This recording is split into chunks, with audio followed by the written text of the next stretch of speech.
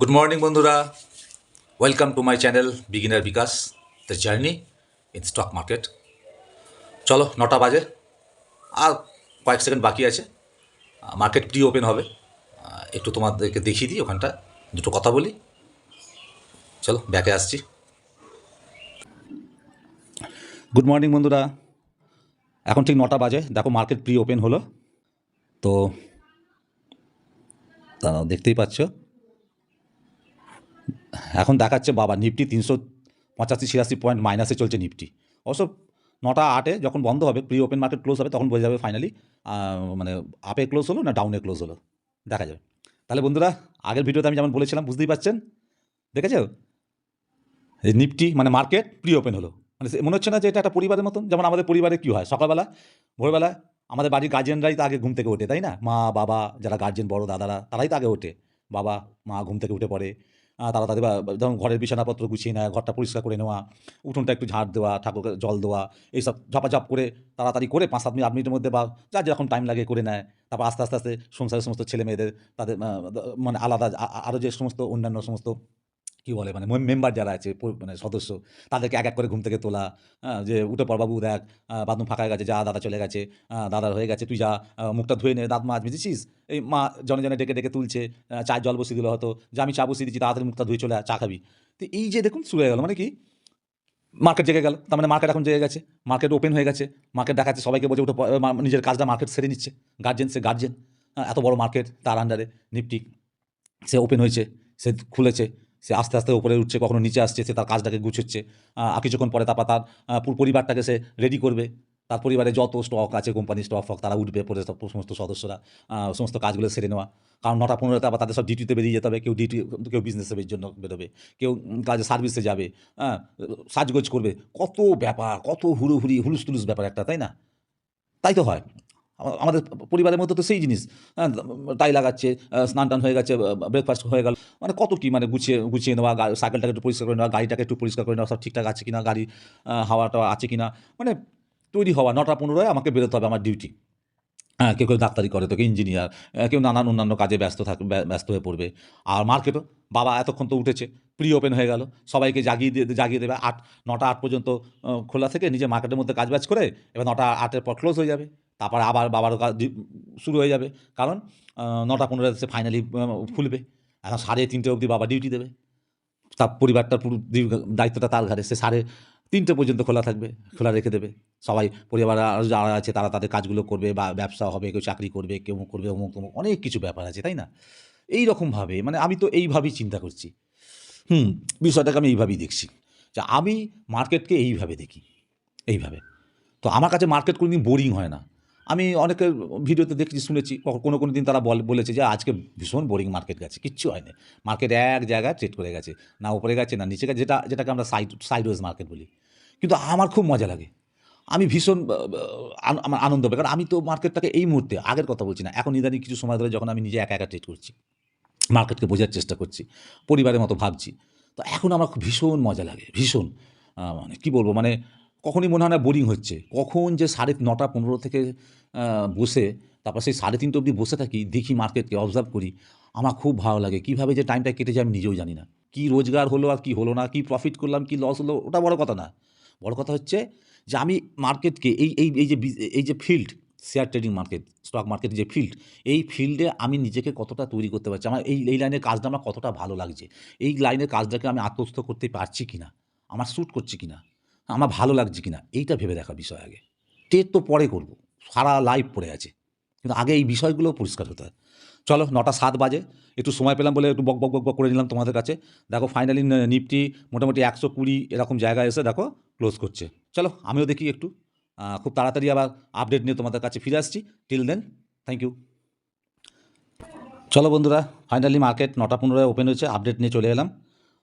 আমি একটু অ্যানালিসিস করে নিই, ঠিক আছে? তারপর আবার ফিরে আসছি। ততক্ষণ তোমরা একটু চার্টটা দেখো। আমি চার্টটাকেও লাইভ মার্কেটে রেকর্ডিং করছি, তোমরা দেখো। তারপর কিছুক্ষণ পর আবার আসছি।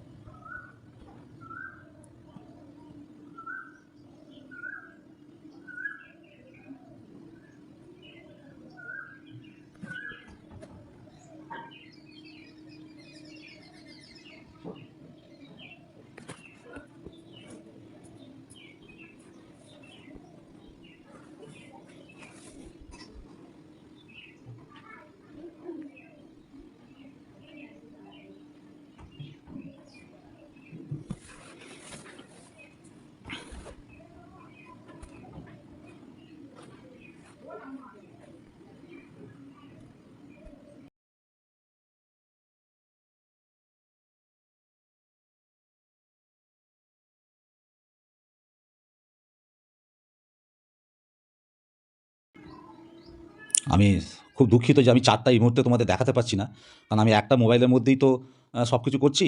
তো আমি দেখতে পাচ্ছি এখন যেটা ওপেন তোমরা দেখতে পাচ্ছ রানিংয়ে লাইভে, যে আমি কেনায় বেচার জায়গাটা আছি, সেই জন্য তোমাদের চার্টটা দেখাতে পারছি না।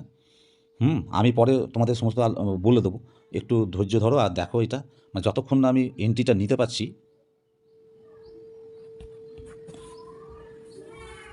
আমি বিট দিয়ে দিয়েছি, দেখো দেখো বিট দিচ্ছি, বিট দেখো এন্ট্রি হয়ে গেছে।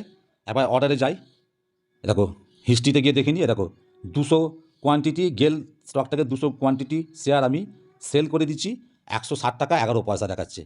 হ্যাঁ, এখন 160 টাকা 11 পয়সা দেখাচ্ছে, এখন 160 টাকা 14 চলছে, মানে আমার একটু লস আছে সম্ভবত, দেখিনি। না, প্লাসই দেখাচ্ছে, 22 টাকা দেখো, দেখো 22 টাকা 16 টাকা প্রফিট দেখাচ্ছে। চলো এবার চার্টে ঢুকি, চারটা দেখি। আমার এসএল কত হবে, এবার আমি এসএল বলে দিই। দেখো 8 টাকা, এখন 8 টাকা প্রফিট, আবার 6 টাকা মাইনাস, 22 টাকা মাইনাস এরকম দেখাচ্ছে। এসএলটা আমি আগে সেট করিনি, বুঝতে পারছো। আমার এসএল হবে 161 টাকা 30 পয়সা, ঠিক আছে।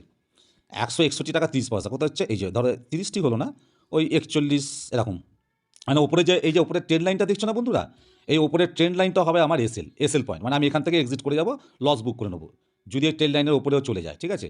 এইখানটা আমি ওই ধরো মোটামুটি 161 টাকা 42 পয়সা 45 পয়সা একটা এরকম, বা 50 পয়সা এরকম একটা আমি এসএল নেবো, ঠিক আছে। তোমরা দেখতে পাচ্ছ, বলে দিলাম। এখন আমার 14 টাকা মাইনাস, মানে লসে যাচ্ছে, দেখো 12 টাকা 14 টাকা লসে যাচ্ছে, দেখতে পাচ্ছ। চলো আমি এখন বেশি কথা বলছি না, একটু দেখি। 22 টাকা প্রফিট দেখাচ্ছে।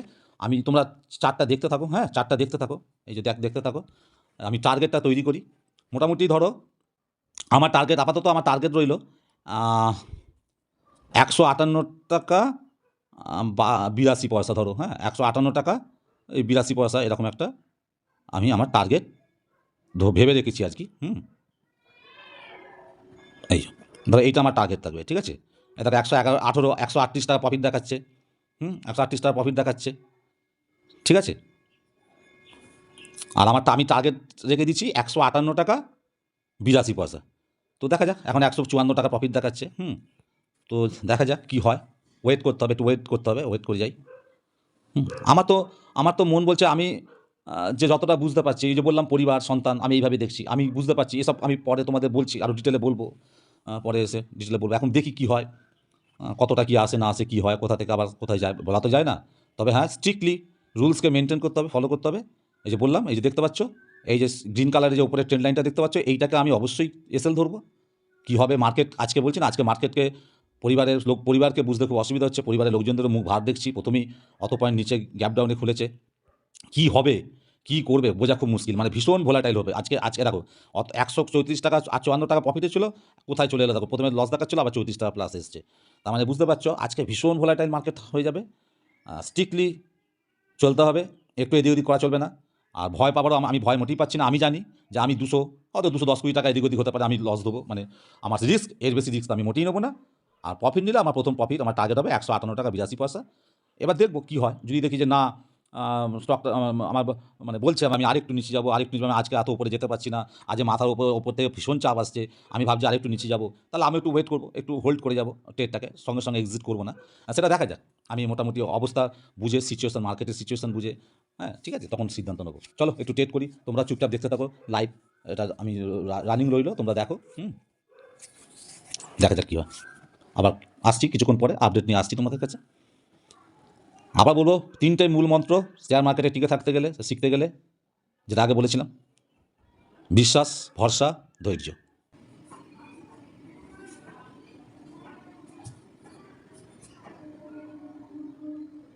দেখেছো কোথায় প্রফিট ছিল, আবার দেখো 2 টাকা এখন লসে এসে গেল। প্রচণ্ড ভোলাটাইল মার্কেট। চলো আমি আবার আপডেট দিতে চলে এসেছি তোমাদের। দেখো আবার 24 টাকা প্লাস, মানে কতটা ভোলাটাইল বোঝো। আবার 42 টাকা প্রফিট দেখাচ্ছে, গ্রিন হয়ে যাচ্ছে, দেখতে পাচ্ছ এই যে। তো ভীষণ ভোলাটাইল মার্কেট। আবার দেখো 74 হয়ে গেল প্রফিট দেখাচ্ছে। সুতরাং ওই 3টে মূল মন্ত্র, ভয় পেলে চলবে না, ঠিক আছে, ঘাবড়ালে চলবে না। শুধু মাথায় রাখতে হবে যে আমি জানি আমার এসএল কত, আমার রিস্ক কতটা, ব্যাস এইটুকুনি। ব্যাস, আর কোনো অসুবিধা নেই। আর আমাকে মার্কেট যতটা টার্গেট দেবে আমি নেবো, বা আমার টার্গেট একটা ভাবা আছে, আমি সেখান থেকে বেরিয়ে যাবো, এক্সিট করে যাবো, কোনো চিন্তা নেই। তাই খুব স্ট্রিক্টলি কাজ করতে হবে, রুলসকে ফলো করতে হবে, ভয় করলে চলবে না। প্রচণ্ড ধৈর্য লাগবে, ধৈর্যের সাথে বসে থাকতে হবে, ওয়েট করতে হবে, ঘাবড়ালে চলবে না। যখন ভয় লাগবে, ভয় করবে, তখন গান গাইতে হয়। আমি যদিও গায়ক নই, গান গাইছি না, কারণ আবার কোথায় কপিরাইট হয়ে যাবে, কী হবে, কী সব শুনেছি, আমি তত জানি না, তবে শুনেছি। সেই জন্য গান টান গাইছি না, বাট গান গাইলে শুনেছি খুব মেডিসিনের কাজ করে। টেনশন যদি টেনশন আসে, টেনশন অনেকটা কম হয়ে যায়। যাই হোক, তো ক্যান্ডেল স্টিকগুলো দেখে, এই যে চার্ট দেখছি না, চার্ট দেখে কিন্তু দেখো, চার্ট কিন্তু খারাপ লাগে না। দেখো দেখো কোথায় উঠে গেল, এক ঝাঁকে দেখো, এক লাফে উঠে গেল। দেখো 94 টাকা এখন লস দেখাচ্ছে, দেখেছো? 161 টাকা 46 বা 50 পয়সা আমি এসএল ধরে বসে আছি, এখান থেকে কাট করে দেবো, আমি সাথে সাথে কাট করে দেবো। ওই জন্য স্ট্রিক্টলি রুলসকে ফলো করতে হবে, প্রসেসকে মেনে চলতে হবে। কোনো দুবিধা রাখলে হবে না। দুবিধার মার্কেটে এন্ট্রি করার আগে, মানে কোনো ট্রেডে এন্ট্রি করার আগে, আগেও বলেছি, আবার বলছি, আগামী দিনও বলবো, যত খুশি অ্যানালিসিস করে নিতে হবে আমাদেরকে, যত খুশি প্রেডিকশন করে নিতে হবে। এন্ট্রি হয়ে যাবার পর এক্সিট, আর তখন দুটো জিনিস মাথায়, হয় এক্সিট করতে হবে কীভাবে, না হয় প্রফিট নিয়ে, আর নাহলে লস দিয়ে। বাস, এরপর আর কোনো অ্যানালিসিস করা যাবে না, করে কোনো লাভ হবে না। কারণ আমি তো ধরো এতক্ষণ ধরে অ্যানালিসিস করেই এন্ট্রি নিচ্ছি না, তো সেই রকমই। তো আমি দেখলাম দেখা যাক কী হয়। আমি সেইভাবেই চিন্তাভাবনা করে রয়েছি। আবার দেখো 92 টাকার প্রফিটে ছিল। তাহলে বুঝতে পারছো মার্কেটে কত, 122 টাকা প্রফিট, কতটা ভোলাটাইল এবার তোমরা বুঝতে পারছো। সুতরাং আজকে সত্যিই খুব বোঝা মুশকিল। 142 টাকা প্রফিট কী হবে না হবে বোঝা খুব মুশকিল। সুতরাং তৈরি থাকতে হবে তাও আমাদের, হ্যাঁ। আর রুলসকে ফলো করতে হবে, আর ধৈর্য ধরে রাখতে হবে, বিশ্বাস করতে হবে। যে বিশ্বাসের সাথে আমি যে এতক্ষণ অ্যানালিসিস করেছি, সেই বিশ্বাসটা রাখতে হবে, তাকে ভরসা করতে হবে, নিজের বিশ্বাসের উপর ভরসা রাখতে হবে, এবং ধৈর্য ধরে অপেক্ষা করতে হবে।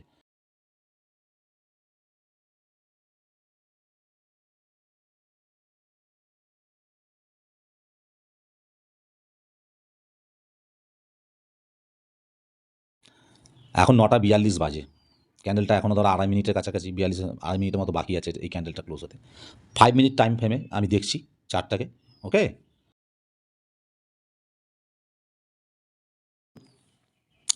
তবে আজকে একটা সুবিধা কি, আজকে যদি নেমে আসে লাল হয়ে, না নিচের দিকে যদি চলে আসে, তাহলে আমার সুবিধা কি, আমাদের প্রফিট হবে। আর আজ যদি সবুজে ওপরে উঠে যায়, তাহলে আমাদের লস হবে। এটা কিন্তু মাথায় রাখবে। কেন না, আমি আজকে সেল করেছি, প্রাইসকে সেল করে দিচ্ছি। এই যে গেল স্টকটা, এটাকে আমি সেল করেছি, ঠিক আছে, 160 টাকা 11 পয়সা। তো চলো দেখা যাক কী হয়। এসএল তোমাদের বলেই দিচ্ছি, আমার এসএল ধরা আছে ধরো, এই যে 161 টাকা 50 পয়সা এসএল ধরা আছে, ঠিক আছে। আর টার্গেট মেরে রেখে দিচ্ছি এই যে 158 টাকা 82, মানে এইটা আমার টার্গেট রইল।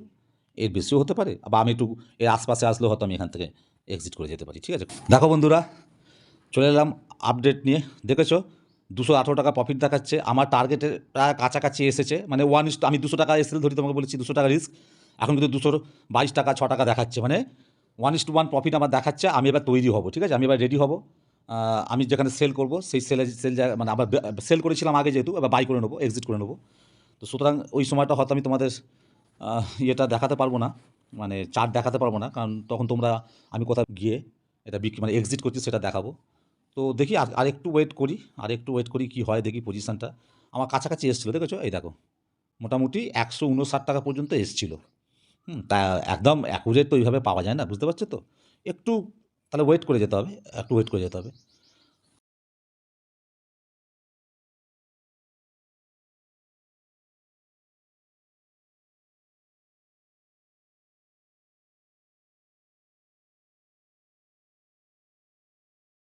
এই দেখো, তোমাদের একটা জিনিস দেখিয়ে দিই। দেখেছো নিফটি 184-83 পয়েন্ট ডাউনে চলছে, ঠিক আছে। দেখো ব্যাংকেস প্রায় 530-40 পয়েন্ট মানে নিচে চলছে। ব্যাংক নিফটিও দেখো 487-90 পয়েন্ট নিচে চলছে। নিফটি নেক্সট সেও 750 কাছাকাছি ডাউন ট্রেন্ডে। ফিন নিফটি সেও 200 পয়েন্ট নিচে চলছে। মিড ক্যাপ নিফটি সেও 148-50 মানে 150 পয়েন্ট নিচে চলছে। আজকে সবগুলোই মোটামুটি ইন্ডেক্সগুলো দেখা যাচ্ছে নিচের দিকে আছে। তো দেখি কী হয়, একটু দেখার বিষয় আছে, একটু ওয়েট করে যাই।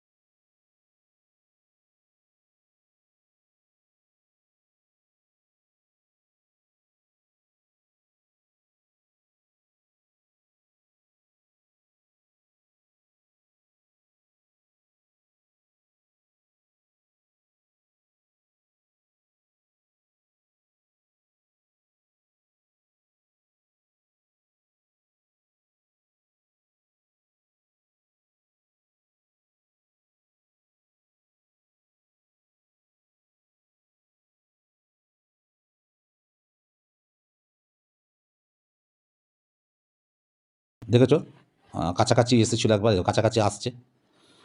চলো আমি তৈরি হই, ঠিক আছে বন্ধুরা, আমি এবার তৈরি হই, আমি আর রিস্ক নেবো না, এবার আশপাশ আসলে আমি বেরিয়ে যাবো ডাইরেক্ট। ওকে, আমি তোমাদের এই মুহূর্তে চারটা দেখাতে পাচ্ছি না।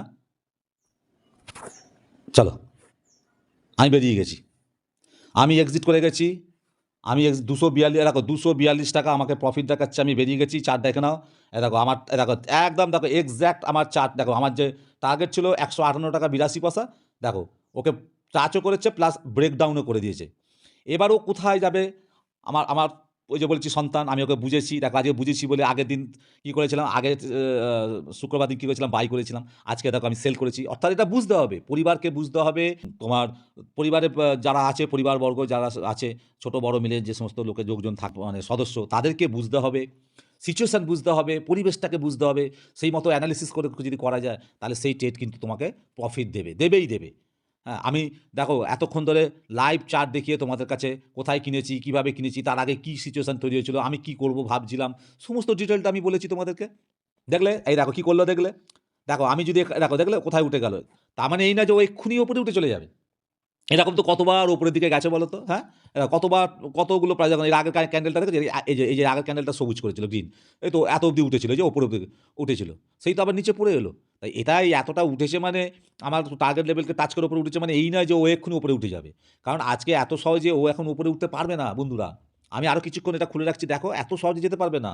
আমার তো ধারণা এখন, যা পজিশন দেখছি, ও আমার এই টার্গেট প্রাইসে, টার্গেটের যে আমি লেভেল করেছি না, এই টার্গেট লেভেলে আরও অনেক নিচেই হয়তো আসতে পারে, বলা যায় না। কিংবা আরেকটা জিনিস হতে পারে, যতটা আমি বুঝতে পারছি, সেটা কি, দেখো এই দেখাই, এই যে নিফটি মার্কেট, মানে যে পরিবারের যে মেন হেড, হ্যাঁ, এত বড় পরিবারের যে হেড, হ্যাঁ, সে দেখো এই যে দাঁড়াও, কোথায় গেল, নিফটিটা আমি খুলি, দেখো নিফটি, নিফটি চার্টটা দেখো, দেখেছো এই যে প্রথম যে 5 মিনিটের ক্যান্ডেলটা তৈরি করেছিল, মানে পরিবারের যে হেড, সে যখন প্রথম এতটা নেমেছিল, এই যে 22,728 নেমেছিল, দেখেছো এই যে এইখানে, এই যে এইখানে, দেখো এরপরে যখন ক্যান্ডেল মানে তৈরি হচ্ছে, এতটা সময় চলে গেল, 10টা 6 বাজে, দেখেছো এর এই যে লো 22,725, 27, 28, এর লোকে কিন্তু এখনও কিন্তু কোনো ক্যান্ডেল ব্রেক করতে পারিনি নিচের দিকে। অর্থাৎ কি করছে দেখো, পরপর পরপর উপরে এখানটা এসে দেখো কনসলিডেশন করছে, দেখেছো এখানটা কিন্তু কনসলিডেশন করছে।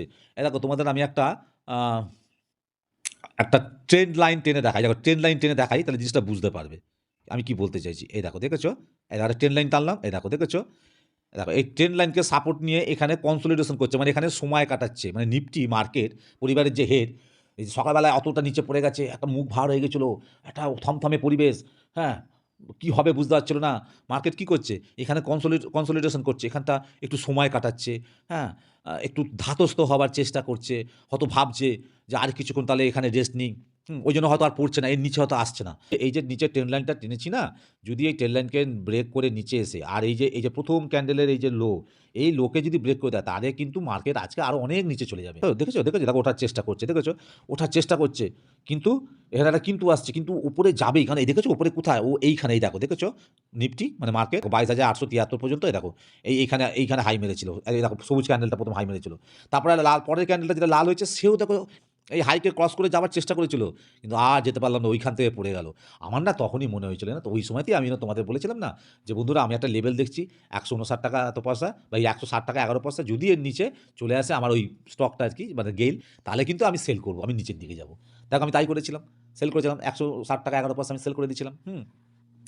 দেখেছো কতক্ষণ ধরে চেষ্টা করছে, উঠতে পারছে না। তো এইখানে, এইখানে কি করছে, কনসলিডেশন করছে।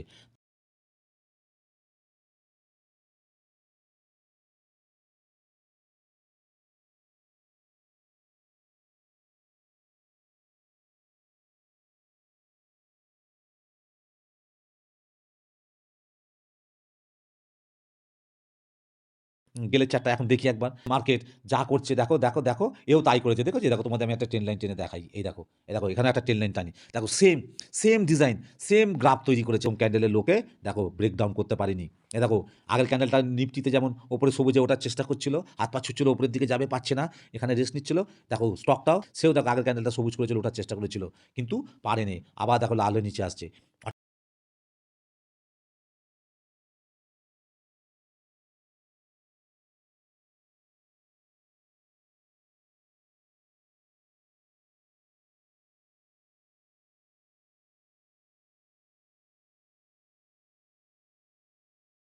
দেখুন একদম ট্রেন্ড লাইনকে টাচ করে দিয়েছে, মানে বোঝাই যাচ্ছে ট্রেন্ড লাইনকে ও ব্রেক ডাউন করেও দিতে পারে। মানে আমার 158 টাকা 82 পয়সা যেখানে আমার টার্গেট ছিল, টার্গেট লেভেল ছিল, তাকে আবার টাচ করেছে দেখুন।